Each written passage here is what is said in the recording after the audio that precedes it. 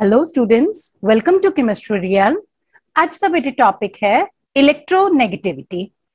Electronegativity दी definition जो आपां दसदे हैं बेटा, तो आपां कहने हैं the tendency of an atom to attract the shared pair of electrons more towards itself in a covalent bond. मतलब कोवेलेंट बॉन्ड दे विच शेयर्ड पेयर ऑफ इलेक्ट्रॉन्स नू अपने वल खिंचन दी जो टेंडेंसी है किसी एटम दी, वो टेंडेंसी कहलाती है इलेक्ट्रोनेगेटिविटी। फ्लोरीन जिहड़ा है सब तो ज्यादा इलेक्ट्रोनेगेटिव एलीमेंट है पीरियोडिक टेबल दे विच। हुण आपां पहला इलेक्ट्रोनेगेटिविटी दी डेफिनेशन नू ही प्रॉपरली अंडरस्टैंड करते हैं कि देखो, जदों कोई हेट्रोन्यूक्लियर सिचुएशन दे विच, यानी एक एटम ए और एक एटम बी, दो अलग अलग एटम अपना एक एक इलेक्ट्रॉन शेयर कर रहे हैं, तो इस शेयर्ड पेयर नू असीं बॉन्ड दा नाम दे दिंदे हैं। इनू असीं कहने हैं कोवेलेंट बॉन्ड है कि एक इलेक्ट्रॉन पेयर शेयर्ड है, उनदे विच एक इलेक्ट्रॉन ए ने कंट्रीब्यूट किया, एक बी ने कंट्रीब्यूट किया। जिहड़ा ये इलेक्ट्रॉन पेयर है, जे ए या बी दे विचों किसी एक दी नीयत खराब हो जाए, शेयर्ड चीज नू ज्यादा अपने वाल रखे, तां उसनू आपां कहांगे इलेक्ट्रोनेगेटिविटी। हुण देखो, ए और बी दे विच आ इलेक्ट्रॉन पेयर है, ए और बी दोनों दा ही इस इलेक्ट्रॉन पेयर ते बराबर दा हक है। पर जे सपोज बी ये कहता है कि मैं इस इलेक्ट्रॉन पेयर नू अपने वाल ज्यादा रखना है, ते ए कोले कंपैरेटिवली घट अवेलेबल है इलेक्ट्रॉन पेयर, नतीजे वजों बी दे उत्ते पार्शियल नेगेटिव चार्ज और ए दे उत्ते पार्शियल पॉजिटिव चार्ज आ जाएगा। जिहड़ी बी दी ये टेंडेंसी है, जिहड़ी बी दी ये नेचर है कि शेयर किते हुए इलेक्ट्रॉन पेयर नू अपने वाल खिंच के रखना है, इस टेंडेंसी नू कहा जाता है इलेक्ट्रोनेगेटिविटी। और तुहानू दस्या गया है हुणे ही कि फ्लोरीन जिहड़ा है वो सब तो ज्यादा इलेक्ट्रोनेगेटिव एलिमेंट है। बेटा इत्थे कुछ वर्ड याद रखने हैं। हेट्रोन्यूक्लियर मॉलिक्यूल्स दे विच, हेट्रोन्यूक्लियर मॉलिक्यूल्स दे विच इलेक्ट्रोनेगेटिविटी करके पार्शियल पॉजिटिव ते पार्शियल नेगेटिव चार्ज आंदे है। कोवेलेंट बॉन्ड दे विच इलेक्ट्रॉन पेयर शेयर्ड हुंदा है। इलेक्ट्रोनेगेटिविटी की है शेयर्ड पेयर ऑफ इलेक्ट्रॉन्स नू अपने वल खिंच के रखना, अट्रैक्ट करना, इस टेंडेंसी नू कहा जाता है इलेक्ट्रोनेगेटिविटी। इलेक्ट्रोनेगेटिविटी करके पोलैरिटी डेवलप होती है इन कोवेलेंट बॉन्ड। कोवेलेंट बॉन्ड दे विच बेटा किसी तरह का कोई चार्ज नहीं हुंदा, पर जदों कोई कोवेलेंट बॉन्ड दे दौरान किसी एटम दी नेचर इलेक्ट्रोनेगेटिव होवे, तां ये covalent bond simple covalent bond नहीं रहिंदा, ये बन जाता है पोलर कोवेलेंट बॉन्ड। पोल दा मतलब है पॉजिटिव पोल ते नेगेटिव पोल।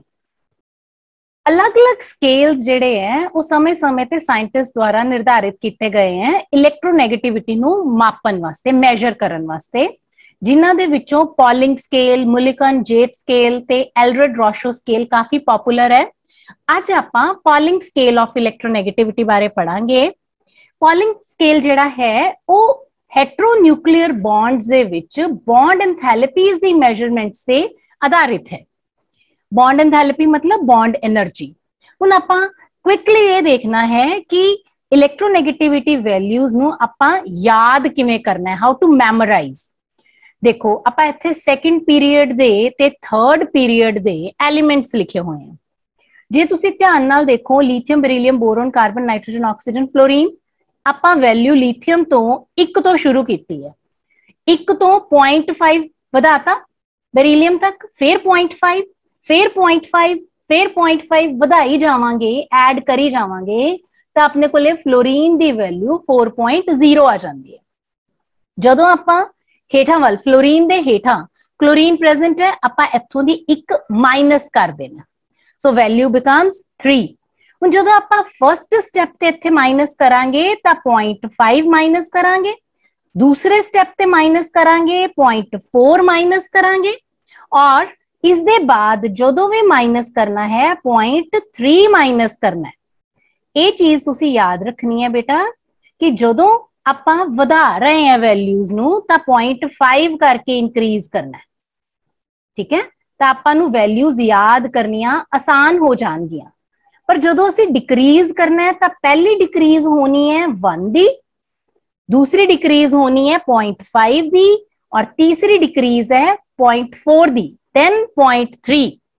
सो बेटा इस तरीके नाल तुसी यह इलेक्ट्रोनेगेटिविटी वैल्यूज नू याद रख सकते हो।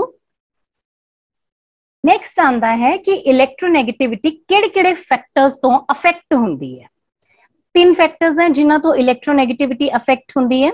Oxidation state, type of hybridization, nature of substituents. हुण आपां इन्हां नू 1 बाय 1 डिटेल च स्टडी करते हैं। तो सब तो पहला आंदा है ऑक्सीडेशन स्टेट। ऑक्सीडेशन स्टेट दे विच एक चीज याद रखनी है बेटा, तुहानू सारिਆਂ ਨੂੰ Fe2 पॉजिटिव ते Fe3 पॉजिटिव इन्ना तो पता ही है कि आयरन दियां 2 ऑक्सीडेशन स्टेट्स हैं। जिन्नी ऑक्सीडेशन स्टेट कटायन दे केस च ज्यादा पॉजिटिव होएगी, इलेक्ट्रोनेगेटिविटी उन्नी ज्यादा होएगी। हुण जिस तरह Fe2 पॉजिटिव और Fe3 पॉजिटिव दे विचों इलेक्ट्रोनेगेटिविटी वैल्यूज 1.96 Fe3 पॉजिटिव दी ज्यादा है। कटायन दे विच जिन्नी ऑक्सीडेशन स्टेट ज्यादा पॉजिटिव है उन्नी इलेक्ट्रोनेगेटिविटी वैल्यू ज्यादा होएगी। पर एनायंस दे केस च इस तो उल्ट हो जाता है। जे नेगेटिव चार्ज एनायन दा वध जावे तां इलेक्ट्रोनेगेटिविटी वैल्यू घट जाती है। दूसरा फैक्टर आंदा है टाइप ऑफ हाइब्रिडाइजेशन दा। इहदे च बेटा आपां अगले क्लासेस अगले चैप्टर्स च जाके पढ़ांगे कि मीथेन, इथीन, इथाइन इन हाइड्रोकार्बन दे विच हाइब्रिडाइजेशंस sp3, sp2 ते sp हुंदियां। परसेंटेज एस करैक्टर जे देखिए इत्थे कुल मिला के 4 ऑर्बिटल है ते एस करैक्टर जेड़ा है परसेंटेज वाइज वो 1/4 है यानी 25%। ते इत्थे देखो 2 ऑर्बिटल्स है, एक एस ते एक पी। हाइब्रिडाइजेशन दे विच 2 ऑर्बिटल कंट्रीब्यूट कर रहे हैं तो एस कितना कंट्रीब्यूट कर रहे हैं 50%। सो जिन्ना एस करैक्टर दी परसेंटेज ज्यादा होएगी कार्बन दी इलेक्ट्रोनेगेटिविटी उन्नी ज्यादा होएगी। मतलब इलेक्ट्रोनेगेटिविटी डिपेंड करती है परसेंटेज एस करैक्टर ते परसेंटेज एस करैक्टर डिपेंड करता है हाइब्रिडाइजेशन ते। तीसरा फैक्टर आंदा है नेचर ऑफ सबस्टिट्यूएंट्स। सबस्टिट्यूएंट्स हुंदे हैं बेटा कि जे सपोज आप कार्बन की गल कर रहे हैं, कार्बन दे नाल किहड़े-किहड़े ग्रुप्स लगे हुए हैं। हुण देखो जे तां इलेक्ट्रॉन रिलीजिंग ग्रुप्स लगे हुए हैं तां वो इलेक्ट्रोनेगेटिविटी वैल्यू नू घटा देंगे। पर जे इलेक्ट्रॉन विथड्रॉइंग ग्रुप्स लगे हुए हैं तो कार्बन दी इलेक्ट्रोनेगेटिविटी वैल्यू नू वधा देंगे। आपां तुहानू पहला ही ये चीज दसी जा चुकी है कि फ्लोरीन जेड़ा सब तो वध इलेक्ट्रोनेगेटिव हुंदा है, ये इलेक्ट्रॉन विथड्रॉइंग ग्रुप है। सो इत्थे कार्बन दी इलेक्ट्रोनेगेटिविटी वैल्यू 3.35 और क्लोरीन दे केस दे विच 3.30। कार्बन दी इलेक्ट्रोनेगेटिविटी वैल्यू जदों इहदे नाल क्लोरीन जुड़ी है, सो कार्बन दी इलेक्ट्रोनेगेटिविटी वैल्यू जदों इहदे नाल हाइड्रोजन्स जुड़े हैं तां घट है। सो आपां ये याद रखना है कि इलेक्ट्रोनेगेटिविटी मेनली 3 चीजां ते डिपेंड करदी है, ऑक्सीडेशन स्टेट, हाइब्रिडाइजेशन ते कहे जे सबस्टिट्यूएंट्स जेड़े है वो किसी एटम दे नाल लगे हुए है। इन्हां 3 चीजां ते इलेक्ट्रोनेगेटिविटी वैल्यूज डिपेंड करनगी। जदों आपां इलेक्ट्रोनेगेटिविटी बारे पढ़ चुके हैं तो आपां नूं इत्थे जानना बहुत जरूरी है कि कई बच्चे कंफ्यूज कर जाते हैं, इलेक्ट्रॉन गेन एंथैल्पी ते इलेक्ट्रोनेगेटिविटी नूं सिमिलर जा समझण लग जाते हैं। एग्जाम दे विच भी बेटा क्वेश्चन पूछा जाता है, इंपॉर्टेंट क्वेश्चन है कि इलेक्ट्रॉन गेन एंथैल्पी और इलेक्ट्रोनेगेटिविटी दे विच की डिफरेंसेस है। इलेक्ट्रॉन गेन एंथैल्पी की हुंदी है, जिवें आपां प्रीवियस लेक्चर्स च पढ़ ही चुके हैं बेटा कि जदों कोई न्यूट्रल गैशियस एटम एक एक्स्ट्रा इलेक्ट्रॉन नू होल्ड करता है तो जिहड़ी एनर्जी रिलीज हो रही है उस एनर्जी नू आपां कहने हैं इलेक्ट्रॉन गेन एंथैल्पी। और इलेक्ट्रोनेगेटिविटी की है कि एक शेयर्ड पेयर ऑफ इलेक्ट्रॉन नू ज्यादा अपने वल खिंच के रखन दी जिहड़ी टेंडेंसी है, जिस करके एटम दे उत्ते पार्शियल नेगेटिव चार्ज आ जाता है, उस टेंडेंसी नू आपां कहने हैं इलेक्ट्रोनेगेटिविटी। सो इलैक्ट्रॉन गेन एंथैल्पी जिहड़ी है, पहली चीज तो इन्हां दे डिफरेंसेस दे विच इन्हां दी डेफिनेशन ही आ जाएगी। दूसरी चीज ये है कि electron gain enthalpy kilojoule per mole च मेजर करते हैं, पर इलैक्ट्रोनेगेटिविटी दे कोई यूनिट्स नहीं होंदे बेटा, इस स्केल्स दे थ्रू सिर्फ कंपेयर की जाती है दो एटम्स की। इलैक्ट्रॉन गेन एंथैल्पी हर एक एटम दे लिए कांस्टेंट है, क्योंकि न्यूट्रल गैशियस एटम दे विच इलैक्ट्रॉन जाना है, ठीक है। सो हमेशा एटम दे लिए, किसी पर्टिकुलर एटम दे लिए electron gain enthalpy value constant रहेगी, पर जिहड़ी इलैक्ट्रोनेगेटिविटी है ना, ये कांस्टेंट वैल्यू नहीं है। आपां हुणे ही पढ़िया है कि इलैक्ट्रोनेगेटिविटी कादे कादे ते डिपेंड करती है, बिल्कुल ठीक, ऑक्सीडेशन स्टेट ते, हाइब्रिडाइजेशन ते नेचर ऑफ सबस्टिट्यूएंट्स ते। सो इलैक्ट्रोनेगेटिविटी कांस्टेंट नहीं हुंदी। इलैक्ट्रॉन गेन एंथैल्पी जिहड़ी है वो एक्सपेरिमेंटली मेजर की जा सकती है, पर इलैक्ट्रोनेगेटिविटी नूं आपां एक्सपेरिमेंटली मेजर नहीं करते, इनू आपां रिलेटिवली मेजर करते हैं, मतलब कंपैरिजन च स्केल दे उत्ते एक दूजे नाल कंपेयर करके फिर मेजर की जाती है, अदरवाइज इनदी एक्सपेरिमेंटली वैल्यू मेजर नहीं की जा सकती। लास्ट पॉइंट है कि it is property of isolated atom, जिवें तुहानूं पहला ही दस्सिया है कि न्यूट्रल गैशियस एटम दी यह प्रॉपर्टी हुंदी है इलैक्ट्रॉन गेन एंथैल्पी, पर जिहड़ी इलैक्ट्रोनेगेटिविटी है ये किसी एटम दी उनदी बॉन्डेड स्टेट दे विच, मतलब जदों एटम किसी होर एटम नाल जुड़िया होया है, उन्हें बॉन्ड बनाया होया है, उस टाइम पे जो प्रॉपर्टी है इलैक्ट्रॉन नूं अपने वाल खिंच के रखण दी, उसनूं आपां कहने हैं इलैक्ट्रोनेगेटिविटी। आई होप बेटा हुण तुहानूं ये डिफरेंस क्लियर हो गया होएगा। लास्ट टॉपिक आंदा है पीरियोडिक वेरिएशन ऑफ इलैक्ट्रोनेगेटिविटी, मतलब इलैक्ट्रोनेगेटिविटी पीरियोडिक टेबल च अलोंग अ पीरियड ते डाउन द ग्रुप किवें वेरी करदी है। जदों बेटे आपां लेफ्ट टू राइट जाने हैं तां पीरियोडिक टेबल दे विच असीं देखदे हैं इलैक्ट्रोनेगेटिविटी वैल्यू वधदी है। क्यों वधदी है? इहदे दो कारण है। पता ही है आपां नूं कि एटॉमिक साइज पीरियड दे विच घटदा है ते इफेक्टिव न्यूक्लियर चार्ज वधदा है। जदों एटॉमिक साइज घट रहा है तां नतीजे वजों न्यूक्लियर चार्ज इफेक्टिव वाला वो वधेगा, मतलब न्यूक्लियस दी बाहर तक जिहड़ी प्रभाव खेतर है, पॉजिटिविटी है, वो वधेगी। सो जिहड़ा न्यूक्लियस दा बाहर तक इफेक्ट वधदा है ना, इहदे नाल इलैक्ट्रॉन्स नूं रिटेन करन दी, अपने वाल रिटेन करन दी जिहड़ी टेंडेंसी है वो अलोंग द पीरियड वधदी जाएगी। So electronegativity will increase along a group, यानी जदों आपां टॉप तो बॉटम वाल जाने हैं तां इलैक्ट्रोनेगेटिविटी वैल्यू, बिल्कुल ठीक बेटा जी, तुहाडा अंदाजा ठीक है, इलैक्ट्रोनेगेटिविटी वैल्यू घटेगी। क्यों?